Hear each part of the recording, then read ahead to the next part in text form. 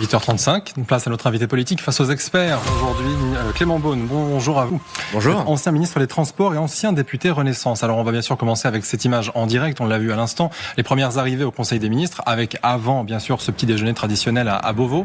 Selon vous, vous qui sortez très fraîchement d'un gouvernement, qu'est-ce qu'il faut attendre de ce premier Conseil des ministres? Qu'est-ce qu'on va décider aujourd'hui réellement autour du Premier ministre? C'est un petit déjeuner suite à un Conseil des ministres de rentrée, si je puis dire, et puis d'installation de ce nouveau gouvernement. J'imagine que le président de la République, puisque c'est lui qui accueille l'ensemble du gouvernement, va donner un certain nombre d'orientations, même si il faut ensuite que ça se traduise à l'Assemblée nationale, et on sait que c'est difficile, mais sur la nécessité d'avoir un budget rapidement, sur la mobilisation dans tous les domaines, énergie, eau, services publics, sur Mayotte. Donc dès le premier conseil, on rentre dans le dur, on n'est pas là pour faire en sorte qu'il y ait une cohésion gouvernementale, on rentre directement sur les sujets. Oui, il faut les deux, vous voyez qu'il y a ce genre de rituels républicains qui sont importants, c'est chaque année comme ça au ministère de l'Intérieur, j'imagine que ça prend une dimension particulière quand c'est la première réunion d'un gouvernement, mais ensuite, oui, un Conseil des ministres, c'est pas seulement du protocole, c'est de l'action, j'imagine qu'il y en aura chaque semaine et qu'il y aura ensuite des nominations, des projets de loi. Je comprends que la loi spéciale sur Mayotte et le début de la reconstruction sera présentée dans quelques jours.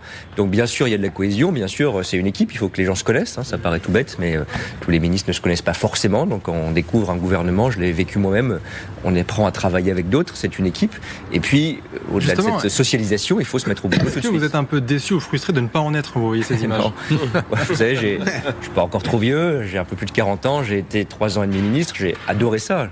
C'est un grand privilège. C'est pour ça que je vous pose la question, c'est qu'il y a quand même le sentiment de vouloir faire du bien à notre pays en étant ministre. Bien sûr, vous avez raison de le rappeler, il faut être positif sur la politique, les gens qui s'engagent, surtout dans ces circonstances difficiles, quelle que soit leur sensibilité, ils sont de partis différents, c'est des gens qui prennent des risques.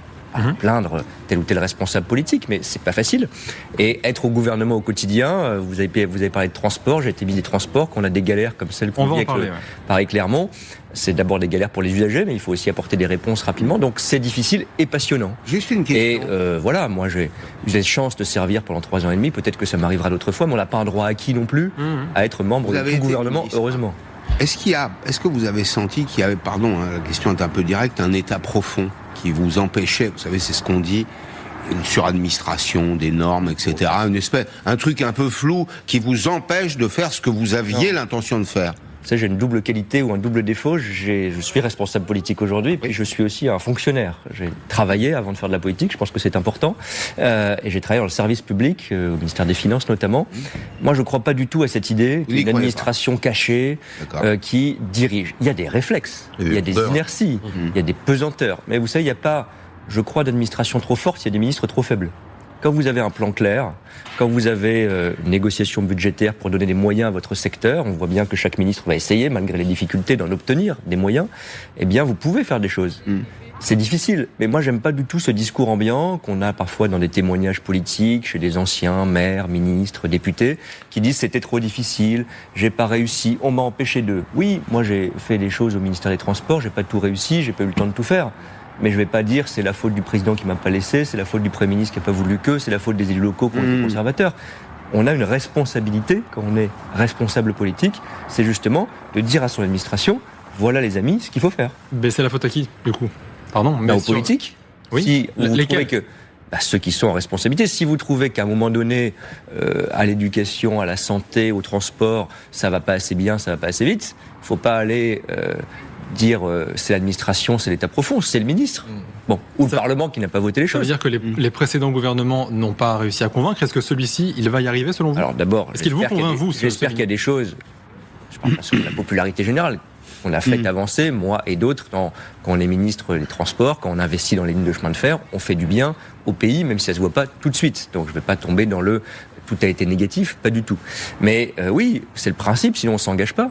Quand on prend la responsabilité d'un département ministériel, quel qu'il soit, de la culture à l'agriculture, si on ne veut pas être tenu comptable des résultats ou de l'absence de résultats, il faut faire un autre métier. Oui. Et ce gouvernement, il vous inspire quoi, du coup? Ce gouvernement, d'abord, il arrive dans des circonstances très difficiles. Il y a le gouvernement, il y a le Parlement. S'il veut faire voter, par exemple, un budget pour que chaque ministère puisse agir, il faut qu'il trouve une majorité au Parlement. Ça va être difficile. Donc il faut que chacun soit responsable.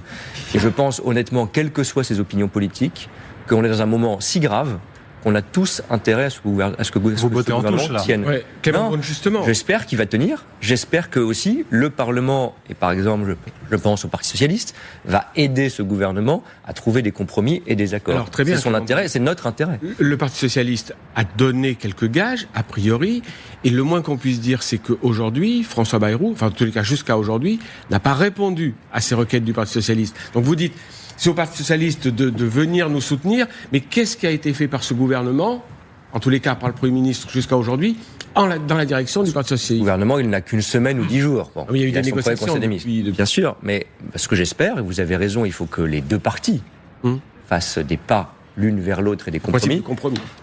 Il faut qu'on commence cette discussion. Je comprends que Éric Lombard, le nouveau ministre de l'économie et des finances, a appelé les responsables de partis, donc sûrement le président du groupe socialiste à l'Assemblée nationale ou au Sénat, le premier secrétaire du Parti socialiste, Monsieur Faure. Ils vont se voir à Bercy, c'est pas juste pour prendre le café. Il faut que de part et d'autre, c'est vrai, vous avez raison, des deux côtés, il y ait la volonté sur les questions sociales, peut-être sur la question des retraites. Alors justement, la question des retraites, est-ce que... Je le dis simplement, je mets pas seulement la pression sur une formation politique qui serait le Parti socialiste. Simplement, la clé est beaucoup là. Parce que l'intérêt du pays... Elle n'est que là, aujourd'hui. Bien sûr. Si le gouvernement veut... Si le gouvernement veut ne pas être dépendant du Rassemblement national, et je pense que c'est l'intérêt général. Et il faut que le Parti socialiste, qui a fait des ouvertures, il faut le dire, soit responsable jusqu'au bout, c'est-à-dire soit prêt à discuter et à ne pas censurer, et que le gouvernement, ça je le comprends, fasse un certain nombre de gestes sur le projet de loi de financement de la sécurité sociale, peut-être sur la question de la santé et de l'hôpital, peut-être sur la question des retraites. Alors justement, la question des retraites, est-ce que vous pensez que, question très simple, la suspension de la réforme des retraites, qui est demandée par le Parti socialiste, aujourd'hui, c'est une solution? Est-ce qu'on pourrait la décider? Je ne veux pas faire la négociation à leur place, mais je partage ce qu'a dit François Bayrou, c'est-à-dire que dans suspension, il y a un petit piège. C'est-à-dire que si vous débranchez les fils, c'est très compliqué de rebrancher les choses. Ma conviction profonde, la réforme des retraites, elle a été difficile, je l'ai vécu dans le secteur des transports, elle a été douloureuse parfois, mais elle est nécessaire pour le financement de notre modèle social. Ça, j'ai aucun doute là-dessus. Après, est-ce qu'il y a des zones intermédiaires, si je puis dire, où on dit, on se donne non pas 9 mois, comme l'a proposé François Bayrou, mais 6 mois, comme le demandait, je crois, le Parti socialiste, comme ça on va plus vite. On essaie de voir s'il y a une alternative financière responsable à la question de l'âge à 64 ans, ça peut se regarder. Je ne vais pas faire la négociation à leur place en 10 minutes, c'est compliqué. Mais en tout cas, c'est clair. Il y a une ouverture. En tout cas, il faut que chacun soit prêt à faire des compromis, Juste y compris sur un mot, avant de laisser la parole à François. Votre sentiment profond, c'est quoi? C'est qu'il faut augmenter les cotisations ou trouver d'autres moyens de financer les retraites? Votre proposition, c'est quoi, vous? Moi, si vous demandez, après il faut faire des compromis. Moi, si vous me demandez la conviction profonde, c'est que quand on regarde la France, on est encore assez décalé en termes d'âge maximum de départ à la retraite par rapport aux autres pays. Donc si vous me demandez ma conviction profonde et personnelle, je crois que la question de l'âge ne doit pas être mise en cause. Bon. Maintenant, la situation politique, est-ce qu'elle est? Est-ce qu'il faut regarder d'autres modes de financement? Est-ce qu'il faut regarder, parce que je pense qu'on s'est beaucoup focalisé sur le tabou, en quelque sorte, des 64 ans, la question des fins de carrière, de la pénibilité, la retraite à points, la durée de cotisation dans certaines professions, dans certains secteurs. Je prends un seul exemple très concret.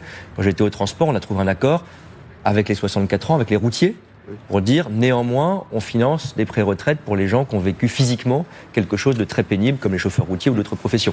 Donc il y a des zones d'aménagement. Donc il faut jouer sur les cotisations. Il faut jouer sur, pas forcément sur les cotisations, mais sur des paramètres de pénibilité. Clément Beaune, vous avez été également ministre des Affaires européennes. Oui.